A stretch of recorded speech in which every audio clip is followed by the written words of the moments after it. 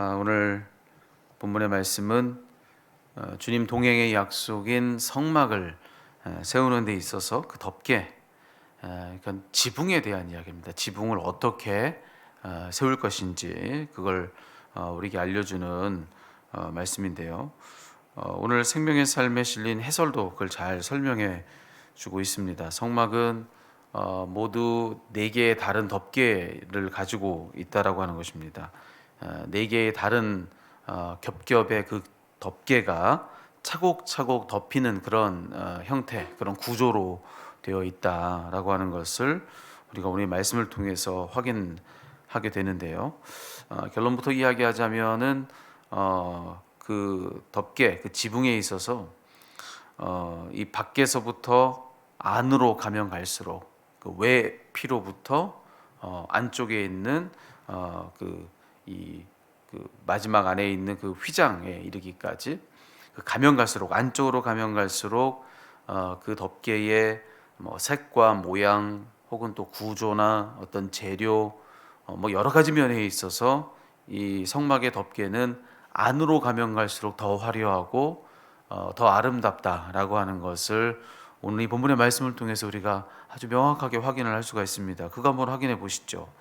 오늘 말씀을 거꾸로 뒤에서부터 14절 거꾸로 이 뒤에서부터 앞으로 이렇게 읽어 나가야 되는데요. 제일 밖에서 볼 때, 겉에서 볼 때 이 성막이 어떤가? 아주 제일 그 밖에서 볼 때의 모습에 대해서는 아주 뭐 설명이 특별한 게 없습니다. 그냥 한 줄로만 되어 있을 뿐입니다. 여기 보니까는 해달의 가죽으로 그 윗덮개를 만들지니라. 이게 한 줄이 전부입니다.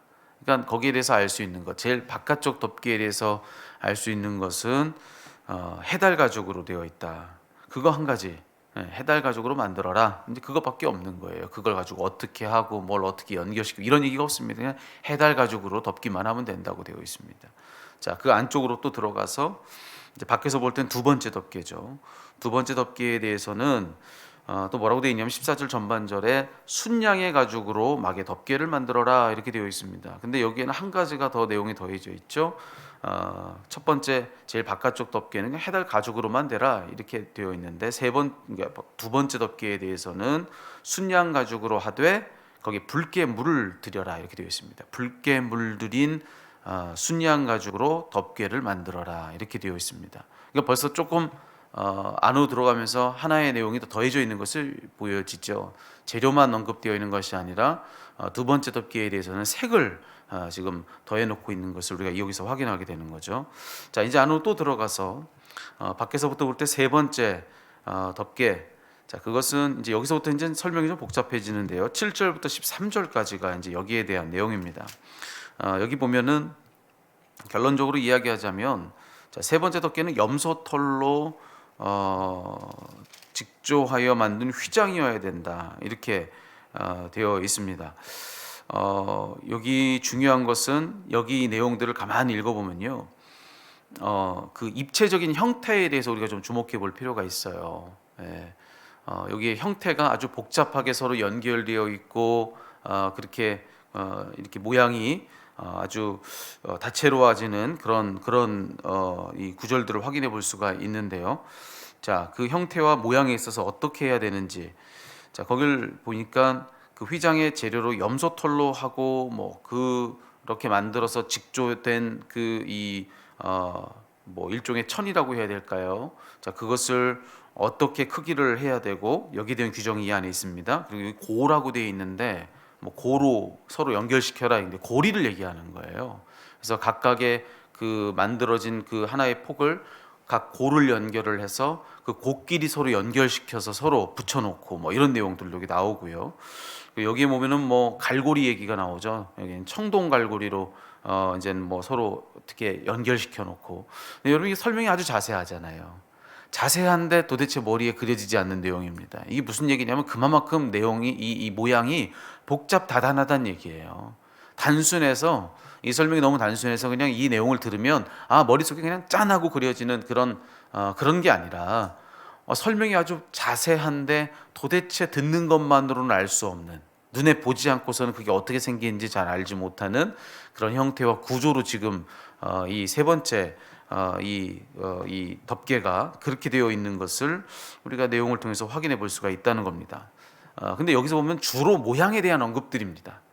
형태, 구조에 대한 언급들일 뿐, 여기 여러분 보시면서 느끼겠지만 어떤 색깔에 대한 언급이 여기선 찾아볼 수 없다는 것을 여러분 눈여겨 보시면은 보실 수 있을 겁니다. 자, 그런데 이제 더 안쪽으로 들어가서 가장 마지막 안쪽의 덮개를 보면 어떤가? 그러니까 속에 들어가서 봤을 땐 첫 번째 덮개가 되겠죠. 자, 이 네 번째 덮개는 어떤가? 제일 안쪽에 있는 걸 보니까는요, 여기에는요 더 이제는 어떻게 또 발전이 되어 있느냐면은 앞서 세 번째는 그 모양과 구조, 그러니까 형태적인 어떤 그런 입체적인 어떤 그런 덮개인 것을 확인했는데, 자, 거기서 더해서 여기도 역시나 네 번째 덮개도 그 모양과 구조 면에서 복잡한 형태, 잘 뭔지를 모르겠는 그런 구조를 가지고 있는 것을 우리가 보게 됩니다. 네, 거기에 더해서 뭐까지 여기에는 더 더해져 있느냐면은 색깔까지 더해져 있는 거예요. 각가지 색깔로 서로 아주 복잡하게 이렇게 구성되어 있는 것을 보게 됩니다. 여기 1절부터 6절까지의 내용인데, 청색, 자주색, 홍색 실로 짜여진 어떤 그런 아주 화려한 문양을 가지고 있는 것을 여기 보게 됩니다. 그리고 여기에 또 무슨 내용이 있느냐면은 여기에 앞서서는 청동 갈고리 얘기를 했는데 여기는 금색깔, 금갈고리로 얘기를 하고 있습니다. 더 화려해졌죠. 그러니까 지금 여기 지금 전체적인 내용을 통해서 우리가 확인하게 되는 것은 뭐냐면, 결론이 이거예요. 여기 성막의 덮개를 소개해주고 있는데 안으로 들어가면 들어갈수록 더 화려해지고 더 아름다워지는 그런 특징을 가지고 있다라고 하는 것입니다. 제일 바깥에는 그저 투박한 가죽일 뿐인데 그 안으로 들어가면 들어갈수록 그 모양과 색깔에 있어서 구조와 재료에 있어서 점점 더 아름다워지더라. 이게 지금 오늘 이 말씀 속으로 우리 확인하고 있는 이 성막 덮개에 대한 특징이라는 거죠. 자, 그런데 여러분, 이제 결론입니다. 오늘 이 말씀을 통해서 우리가 붙들어야 될 내용이 바로 이건데, 자, 이러한 성막의 특징, 안으로 들어가면 들어갈수록 밖에서 볼 때와 안으로 들어가서 볼 때가 전혀 다르다. 자, 이런 이 성막의 특징이요. 그저 이 구약 시대의 이 성막이라고 하는 구조물만이 가진 특징은 아니다라고 하는 것을 우리가 알 필요가 있습니다. 그것은 하나님을 알아가는 데도 똑같습니다. 이런 특징은 하나님을 알아가는 데 있어서도 아주 똑같다는 거예요. 겉에서 볼 때 신앙은요, 아무것도 아닌 것 같습니다. 그냥 교회 다니는 거죠. 교회 다니는 거고 일정 시간, 특정한 시간을 쓰는 것, 뭐 그냥 그렇게만 보일 뿐입니다. 세상의 기준으로 볼 때요, 신앙이 과연 매력적일까? 세상의 가치 기준으로 볼 때 신앙이 그리 매력적인 무엇처럼 보이지 않을 수가 있습니다. 세상에 속한 사람이면 사람일수록, 세상에 속한 사람일수록 굳이 신앙을 가질 이유를 찾을 수 있을까? 그렇지 않을 수가 있다는 겁니다. 세상에 속한 사람일수록 신앙 갖기가 더 어렵습니다. 세상에 좋은 것에 심취해 있는 사람이요, 교회 안에서 좋은 것을 볼 수 있을까? 더군다나 요즘 같은 시대에요. 그렇지 않다는 거예요. 아마 이 자리에 계신 여러분들은 어렸을 때 교회 가는 즐거움이 너무 커서 지금까지 신앙생활 하게 되신 분들이 많을 거라고 생각합니다. 요즘은 그렇지 않습니다. 청소년 시절에 교회 가는 것이 제일 즐거웠던 시절은 지금과는 전혀 상관이 없습니다. 여러분, 지금 청소년 아이들이 교회 오는 것보다 밖에 있는 것이 훨씬 더 재밌습니다. 교회 안에 어떤 즐거움을 만들어도 밖에서 누리는 즐거움이 훨씬 더 큽니다. 그렇다는 거예요. 지금이요. 뭐 누구나 할 것 없이 신앙생활하는 것, 겉에서 볼 때는 그리 매력적이지 않아 보인다는 겁니다. 자, 그런데 신앙생활의 특징은 뭐냐? 하나님을 알아가면 알아갈수록 그 신앙의 세계가 우리를 압도한다는 사실입니다. 그 아름다움이 우리를 숨막히게 한다는 거예요. 이 세상의 그 어떤 아름다움으로도 견줄 수 없는 가장 큰 아름다움, 그것은 오직 신앙 안에만 있다고 저는 확신합니다. 하나님을 알아가면 알아갈수록, 하나님을 더 깊이 있게 만나면 만날수록 우리는 그 아름다움을 발견할 수 있게 된다는 것입니다. 이게 비밀이고 이게 신비인 거예요. 겉으로 볼 때는 아무것도 아닌 것 같은데 알아가면 알아갈수록 여러분, 우리를 숨막히게 하는 아름다움이 신앙의 세계 안에는 있다. 이게 바로 오늘 이 성막을 통해서도 우리가 확인하게 되는 진실이라는 것입니다. 여러분, 구약 시대의 신앙생활과 오늘날의 신앙생활이 전혀 다른 무언가여서 완전히 뒤바뀌고 탈바꿈한 무엇인가? 아니요, 그렇지 않습니다. 본질에 있어서는 똑같은 겁니다. 오늘날 우리가 신앙생활에서 깨달아야 될 그 진리를 하나님께서는 구약의 시대 안에 이미 다 켜켜이 숨겨놓으셨습니다.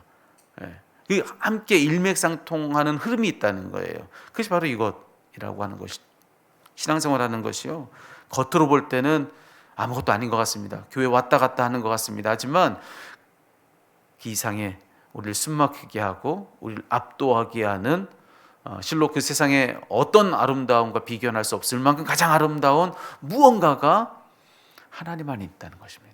신앙생활 안에 있다는 거예요. 여러분, 당연한 사실입니다. 왜냐하면 세상에 그 어떤 아름다움을 가진 무엇이라 할지라도 여러분 생각해 보십시오. 그거 그저 피조물에 불과합니다.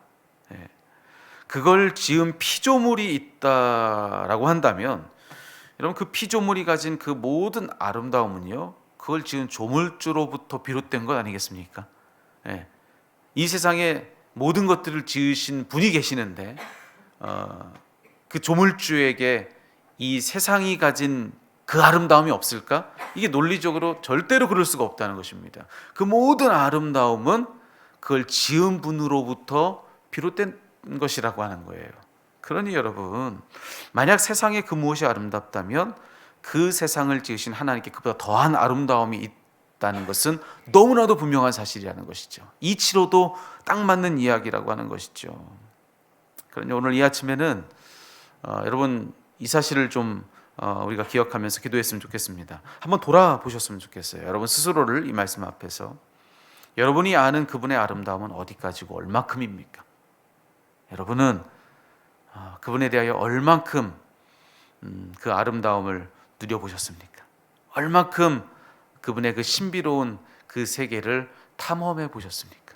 어느 정도까지입니까? 얼만큼입니까? 한번 돌아보시라는 거예요. 오늘 다시 그분을 새롭게 알고자 하는 갈망이 여러분 가운데 있기를 주의 이름으로 축복합니다. 언제나 신앙생활의 연조가 얼마큼이든 여러분이 신앙생활하면서 경험한 그런 나름의 간증거리가 얼마큼이든 어느 정도든 그것과 상관없이 여러분, 정말 우리가 이 땅을 떠나서 주님의 그 영광스러운 그 앞에 서는 그날에 이르기 전까지 여러분, 우리가 경험한 그만큼이 전부다라고 얘기할 수 있는 사람은 아무도 없습니다. 언제나 그분에 대해서는 더 깊은 무언가를 남겨두고 있는 사람들입니다. 우리들은요, 우리가 알고 있는 그것보다 그분은 더 찬란하시고, 우리가 경험한 그것보다 그분은 더 아름답고, 우리가 아는 것보다 신앙의 세계는 더욱더 신비하다는 사실을 절대로 잊어서는 안 된다는 거예요. 그래서 여러분, 신앙생활하면서 만약 어떤 회의에 빠지거나 어떤 너무나 단조롭고 이제 더 이상 뭐 아무것도 없는 것 같은 그런 무료함에 빠지거나, 여러분, 교만입니다. 하나님을 잘못 알고 있는 거예요. 너무나 얄팍한 수준에서 하나님을 알고 그것이 전부라고 생각하는 교만인 것을 빨리 깨우쳐야 된다는 것입니다. 여러분, 신앙생활에 있어서 파도 여러분, 더 큰 아름다움이 여러분을 맞이하게 된다는 사실을 여러분 꼭 기억하시고, 여러분 오늘 이 자리에 머물지 마시고 더 깊은 곳에 내려가서 그분을 만나고자 하는 열망으로 사로잡히고 붙들리는 여러분 되시기를 주의 이름으로 축원합니다. 자신만만하지 마십시오. 신앙생활 하는 데 있어서 내가 이만큼 경험했는데, 여러분 그 생각이 여러분을 가두고 있는 것입니다. 그걸 부숴야 되는 거예요. 여러분, 지난 주일에도 얘기했지만 질문하십시오. 정말 주님의 세계는 이것이 전부일까? 하나님의 그 신비함이 여기까지일까? 정말로 이게 전부인가? 내 신앙생활에 있어서 질문하십시오. 성경은 이내 아니라고 답해 줄 것입니다. 아니다, 더 있다. 여러분, 더 깊은 곳까지 내려가서 그분을 만나고 또 만나다가 우리는 살면서 만난 것과는 비견할 수 없는 가장 영화로우신 그분 앞에 서는 것입니다. 마지막 순간에. 여러분, 우리의 신앙의 여정이 이와 같다는 걸 기억하시고 멈춤 없이 여러분 더 깊이 있게 나아가는 여러분 되시기를 축복합니다. 오늘 다시 시작하십시오. 다시 그분을 앙망하고 사모하며 그분의 그 아름다움을 더 누려가기를 바라는 마음으로 다시 기도하기를 시작하십시오. 날 만나달라고, 한 번도 주님을 만난 적 없는 사람처럼 그분을 간구하십시오. 하나님, 절 좀 만나주십시오. 제가 주님의 음성 듣게 해주십시오. 주님 저를 만나 주십시오. 저를 붙잡아 주십시오. 저의 손을 붙잡고 더 깊은 데로 내려가 주십시오. 여러분 그렇게 오늘 다시 열망하기를 시작하는 우리 모두가 되기를 축복합니다.